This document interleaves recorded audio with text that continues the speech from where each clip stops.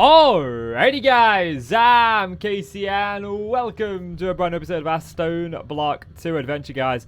Last episode, if you missed it, we used mechanism gases to get into ore quadrupling. And we are now making more ores than we were before. But the setup is very rough. It needs a more permanent place. As you can see, this is where all our ingots will be stored. And we'll have rooms going off either side here that'll have those ore places in them. But that's a bit of a later step. I actually want to try something else in this episode, and maybe we'll get to putting them in their own rooms. I hope we get time to, but we'll see. I've actually hollowed out a room over here where I want to put in our ore making, you know, the heavy sieves and stuff, along with making us dust, gravel, and sand by the, bucket load. And I also want to go over here, if you guys remember, this is my wife's base over here. She's got her own thing going on, so she's got trees growing through it. And what I'd like to do, as soon as you come into my area here, is I'd like there to be a row of shops where we could sell things to my wife that she wants in exchange for some currency that we will make. So there are a couple of things that I want to try and get into in this episode. But I think the first step is to get the sieving moved over here. Now this is your quadrupling section, and it's working a treat. We've got all these gases. I know it's a little bit convoluted and we have to go down a few things, but the good thing is we are now producing more than enough salt for this thing to process. We are lacking a little bit on the hydrogen side of things, and the system does appear to be backing up, but remember, this was all backed up. I did move a lot of it out and over into other chests just so there wasn't as much strain on the system right now. But we're seeing, and this will give me a good idea of just how many of these chemical oxidizers and salt that I will need to be able to make this function properly. We'll see if this does backlog. And one thing that I didn't show in the last episode that I did do is I did set this up. This is a soul sand is going into this ender chest. It's being sieved here, and I'm getting my quartz here. Quartz are what I'm using to build with, so I'm going to need a careful supply of them, and I'll show you the other side of this farm. All I've done is I've put an ender tank that we got from one of our loot crates right down there where the Witchwater farm is, and the other one right here. So I put sand in here. This is automatically making it into soul sand. I did this in like episode 2 or 3, I think. Maybe it was episode 4. But you should be able to find it on my channel. I just updated it a little bit over the past episode to put the soul sand in here. I still need to put the manually put the sand in, but it's really slow. So I'm not even going to bother taking the time to up the ante. As you can see, it's perfectly fine. Anyway, I want to get into sorting that room out and moving these heavy sieves over there. So if you're looking forward to this episode, guys, do me a favor, like, subscribe, and without any further ado, let's get into the episode.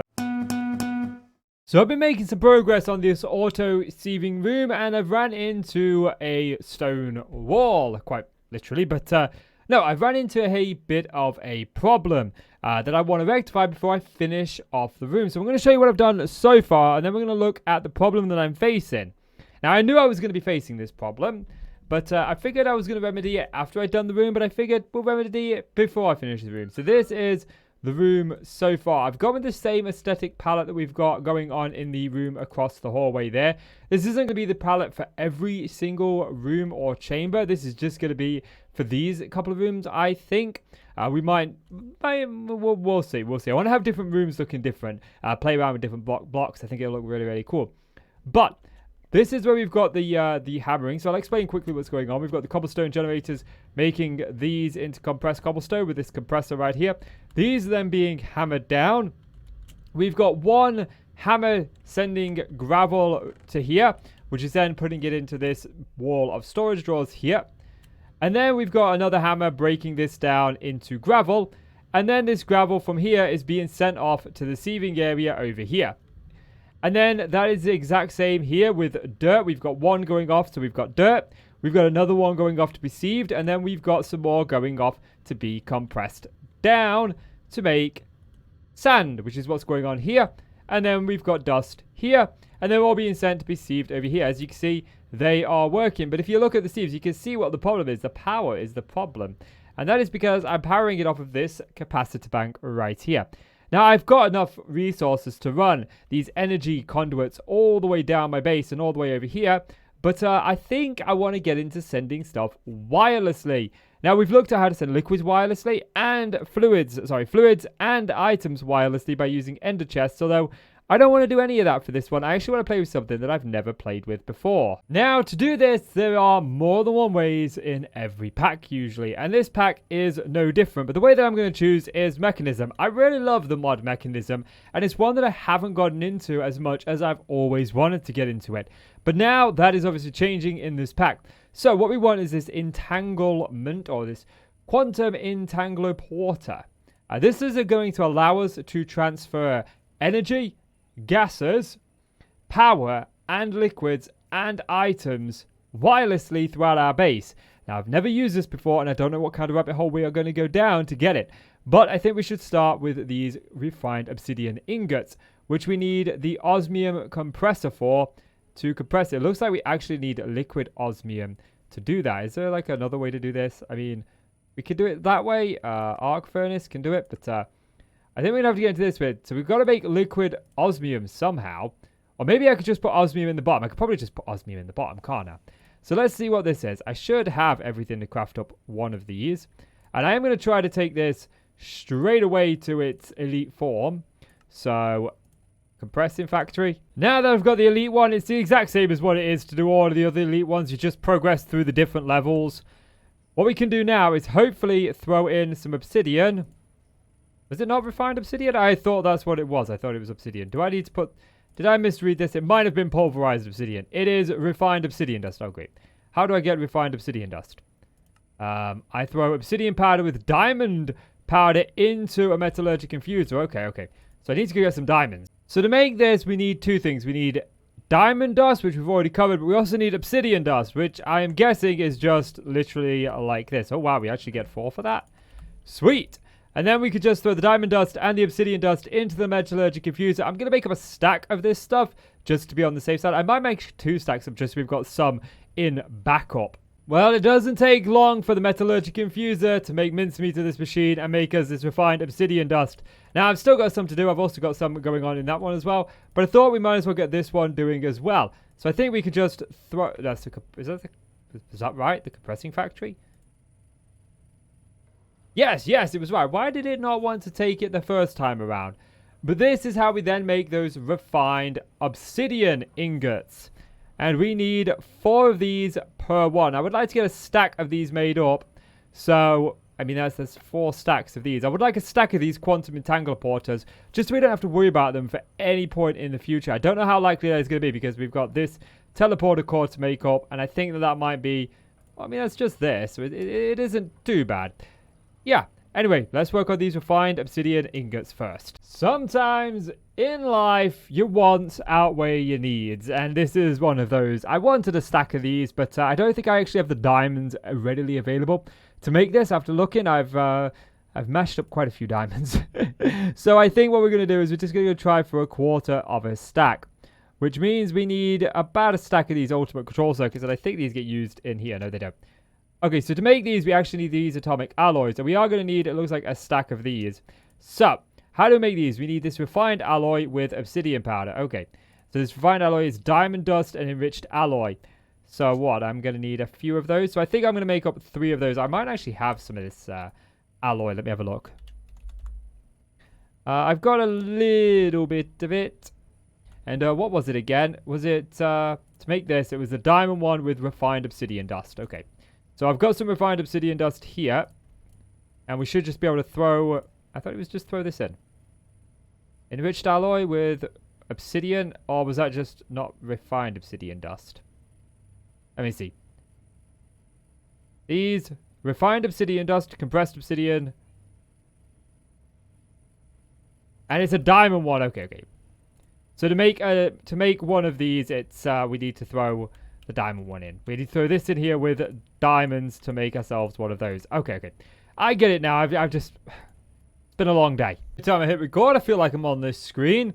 Well, I've been making some progress, and I think I'm finally ready to make up these ultimate control circuits right here. I think we need 32 of them. So 8, 16, 24, 32. Brilliant. So we were able to make up those. So far, I've managed to get all of the outside of this done. The only thing that we are missing is this inside here, which again requires some atomic alloy, but we only need 16 of these, so we should have almost everything that we need apart from this atomic alloy. Now, I am making some atomic alloy up here, but it is It is taking a little bit of time. But we can make up one for now, and then that'll allow me to make up... Oh, I need 2 of these. I need 2 of these. So if I make up 2 of these, it should allow me to be able to interact with them and sort them out. So, never used these before, but they may run very similar to Tesseracts. So let's set all the sides to none. And input. Now, sometimes Ender IO conduits get a little bit iffy with these. And so you have to like take them down and then put them back down again. I've noticed that sometimes they don't always connect. So no, that doesn't want to connect. Can I rotate you? Do you have a connection? No. Okay. Let's see. Maybe I need to set it first. Okay, so I set all of the sides to this because it's the same every side. So I don't know which side is which. Although I suppose that the most easy way would be the way facing me, wouldn't it? So if we say that we just put all of those like so, and that's still attached, this should be getting power. Now all we need to do is put one of these over here. So I've got it here, and we should just be able to... Nope, okay. Private, aha! There we go. Should just be able to set this to this. It looks like it's getting power, but it's not outputting it to this here. So I think all we're going to do is literally configure the sides, because the front is set to the output. So we want this side to be output. That show that this is getting power? Maybe. Maybe I just need to break this and put it back down. I mean, I know that it can be a little bit finicky. It might not just be able to output straight to this machine. I may actually need an energy conduit on here. But side config, transport config, you know, I mean, it should be working. Maybe this is the wrong side. Let's just put a more to output. Nope. Okay. What about if I change this to auto eject? Will that start putting power out here? No. Okay. What about if I were to connect an energy conduit? Maybe it just requires energy conduit. It may very well do. I mean, none of these are working. It's not outputting power. I mean, you are set to input power from the top. I think I figured it out. I think I was just being a bit idiotic. You go to the side configs and you've got all these fluids, gases, heat, energy. So if we just click energy and we put output there, then auto eject on. Is that going to auto power this? Oh, it is. So I don't need this. It does output straight to this. Okay. Fantastic stuff. So that is auto outputting power to this. And then this in turn should start up all of these. And now I can get this room done while I build it. Or rather, I can get this room done while everything is searing. But there's one thing that I wanted to show you before I do that. One thing I glossed over earlier. I have 2 sieves here. I have one with the diamond mesh in and one with a flint mesh in it. Oh, I'm sorry. I just probably burst your eardrums there. I popped the mic. Oh, I lifted my hand up and whacked it. Oh, stupid mic. And what I've done here is if we look at mesh. Sorry about taking so much time there. My taskbar popped up. If we look at mesh here, we go to the heavy sieve and we look at dirt. If we sieve dirt through a diamond mesh, we get all of these essence bushes here. I mean, it's only a 1% chance to drop, but there's still bushes that we wouldn't otherwise have. Whereas the next mesh down that does dirt, which is a string mesh, just doesn't have them. So I've got over here on the one that is doing me my compressed dirt right here, I've got this Ender IO conduit set to round robin. What that will do is it will rotate where it places the dirt. So it'll try to put a dirt here, then it will put a dirt there, then it'll put a dirt there, then it'll put a dirt there, then it'll put a dirt there, and a dirt there. Rather than having them go continuously, because I could have added in another dirt one, it wouldn't have been too difficult. We have the space for it. But I just think we'll get way too many drops that way from the dirt, and I don't need that many drops. This is perfectly fine. I don't think I'm going to use these bushes all that much, but they're just nice to have. So yeah, let me get this room finished up. Some work has been done, but just like the last time I did some work, I've hit a brick wall again. And we'll get into what that brick wall is in just a moment, because that allows me to get into something else in this episode. But this is what it looks like so far. So I've gone with a very similar design. I've not put a center pillar in this room. I was debating it, but this room is small enough. I am still waiting for some of this glass to do up. I love this glass because you can just sort of see through it. And I think it adds just that extra layer of depth to the floor without actually having a layer of depth. Yeah, you can see where I ran out, but I'll get that put in a minute. But the walls, they're sort of see-through here. And what I want to do is I want to put blocks behind here to sort of decorate it out. But doing that means painting over these item conduits, because I don't want these item conduits just sort of sticking out. Now, originally I was going to run just some glowstone right behind these so you could still see the item conduits. I thought it'd be really, really cool. Like, it would work well there, but when we get over here, it won't work too well because I've already got one running behind there, so I can't do that there. So I'm going to need some conduit facades to be able to cover up these.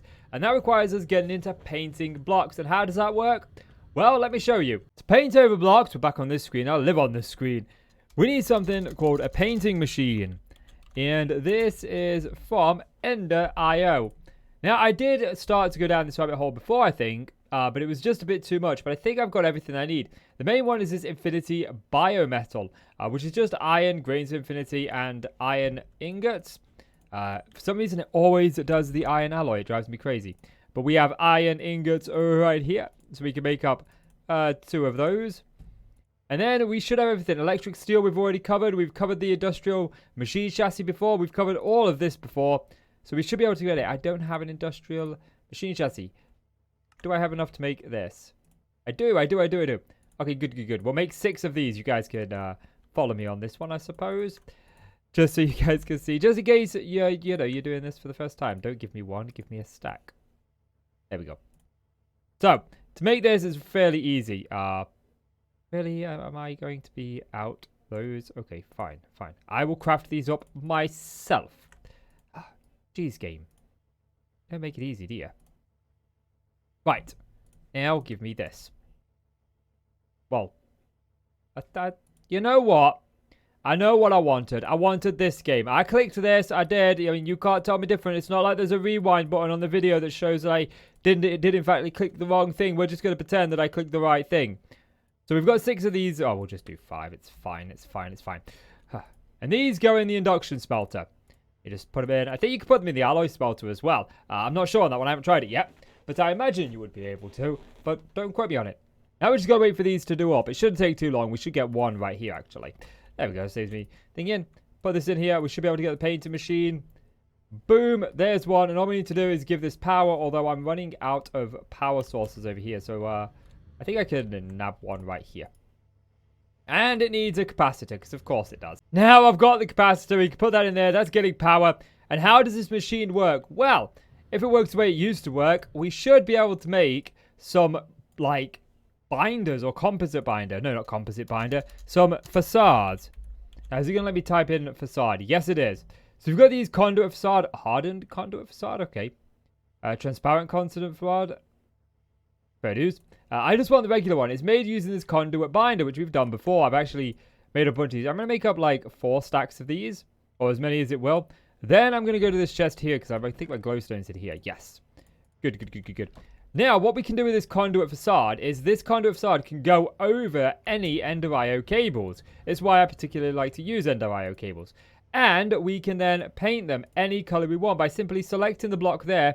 It will paint this conduit facade, that block. Now, the good thing about this as well is conduit facades are fairly cheap. And you don't have to place them over Ender.io conduits. You can place them pretty much as a normal block. So you can use them as a regular building block if you're running low on certain resources or you want to use an expensive resource, but it's too much to keep crafting. This is a cheap way of doing it. Now, that was the way in 1.7.10. I don't know if it's still the way here. Let's find out. Yeah, there we go. Look. And boom. As you can see. So now I can go ahead and make my base look the way I want it to. There's one thing that I'm noticing about my building habits. They're getting a little bit more expensive. The factory box, they were just 4 iron and 4 stone for like 32. They were pretty easy to come by. The blocks we're using now, it costs a quart, but that's not all, guys. I never showed it off in the last episode, but one of the blocks that I've been using has actually been quite a hard resource to get a hold of. Well, I say hard, it's not that hard. So we'll take a look now. This is the final product. I think this looks really, really good. I like this room. I actually really do like this metallic design and this sort of like arrowhead that we've got going on there with the H's. I don't know why I chose H's. I think they look cool. It just breaks up the vertical window. We could have gone with a high. I wish there was a way to like do a K. I mean, I suppose if we were to put like... Wait, let's try this. If I take that out and put like a K. Oh, that makes a K. That makes a K. That makes a good K. Okay. You know what? For now, though, it's going to stay as an H. Too much work. So, yeah. So, one of the resources that I've been using in the roof to make it dark up here is actually a coal block. Not just a piece of coal, but a whole block of coal. You go through it's like 2 stacks of coal just for this roof. I do have an empty hand. It's like 2 stacks of coal just to make the roof. And, you know, I mean, that's something we're going to be needing a bit later on. But it makes that, like, nice dark effect up there. Like, it's really dark up in the rafters. And then down here, it's, like, really bright. And I like that. And another block I've decided to use back here to just sort of detail behind and to make up the gaps in between the machines is aluminum or aluminium. I'm UK. Okay, I'm English, so I say aluminium. But I know a lot of people say aluminum or aluminium. I always get tongue twisted on the American way to say that word. Alumnium. Sounds like alumni. Maybe I'm just saying it wrong. But yeah, I like the fact that these are also dark. I did play around with the idea of changing the way that these look to make it blend in a little bit more using frame drawers. You probably saw the framing table out and about in the past couple of episodes. But in the end, I decided against it. I just thought, you know what? It's not needed. I like the way the dark oak looks because we've got it going on in the roof as well. And we've even got it hiding around the floor too. And you may think, well, why would you include wood in sort of like a metallic setting?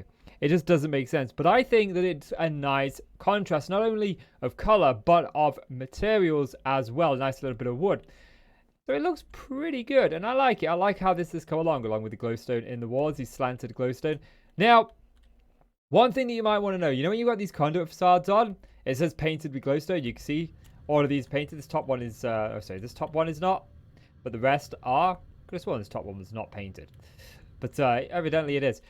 You may want to go like, oh, but, you know, I actually want to see the pipes. I want to interact with the pipes. Well, if you get a wrench out, doesn't work with the crescent hammer. Okay, doesn't work with the crescent hammer. If you get the Yeta wrench from Ender.io, this thing right here, which is fairly easy to make up, this will actually allow you to see through the conduits. See? Yeta wrench equipped, and boom, we can now see the conduits. Now, I didn't replace the walls behind it. And you can actually see the stone appearing out when you look closely through these. And I did think about making a bunch of conduit facades and covering up all of the backside with these aluminium blocks. Because I thought it'd look pretty cool. But then I thought, you know what? It don't look too bad having that stone back there. You can barely see it. And the chances are at some point I've probably made a mistake in this wiring that I haven't yet noticed, and I'm probably going to have to go and fix it. And it'll be much easier if I don't have to use my Yeta wrench, because sometimes this thing can be a little bit finicky. It looks like it's actually not finicky. Back in 1.7.10, sometimes you'd right click and it would just change the change the thing on you, the conduit, but evidently that's been fixed. I mean, I haven't played around with a lot of these mods since 1.7.10, so a lot of it's new to me, and a lot of the bugs that have been fixed. But other than that, guys, I really do like it. I think the one thing that I probably would do to finish this off is I'd probably add in, you know, a couple of... Maybe we add in a support there. And what about a support there? Just to sort of add in some more detail to make the roof feel like it's being held up. Because we got a few over here, but we ain't got none over there. Yeah, I like that. I like that. So this is really, really good. I'm really happy with how this roof's come out. Pretty good room. Pretty good room. But unfortunately, guys, that is all the time I've got for in this episode. The last episode ran over by about 8 minutes, so I'm trying not to do that. I know I said I wanted to get into a shop in this episode, but I'll tell you a little something. I started playing today at about 11 o'clock. It's now about 8 o'clock after 8 at night. I spent all day doing that room. It's taking me that long. Yeah. So I want to work on the hallway in the next episode and then start getting a shop up and running over here. But I think first things first, we need to work on this hallway. But yeah, guys, that is going to do it for all this episode. So if you enjoyed the video, do me a favor, leave it a like and hit subscribe. As always, I'm KC. You're the Autofolk. Thank you so much for watching. Take care now. Bye.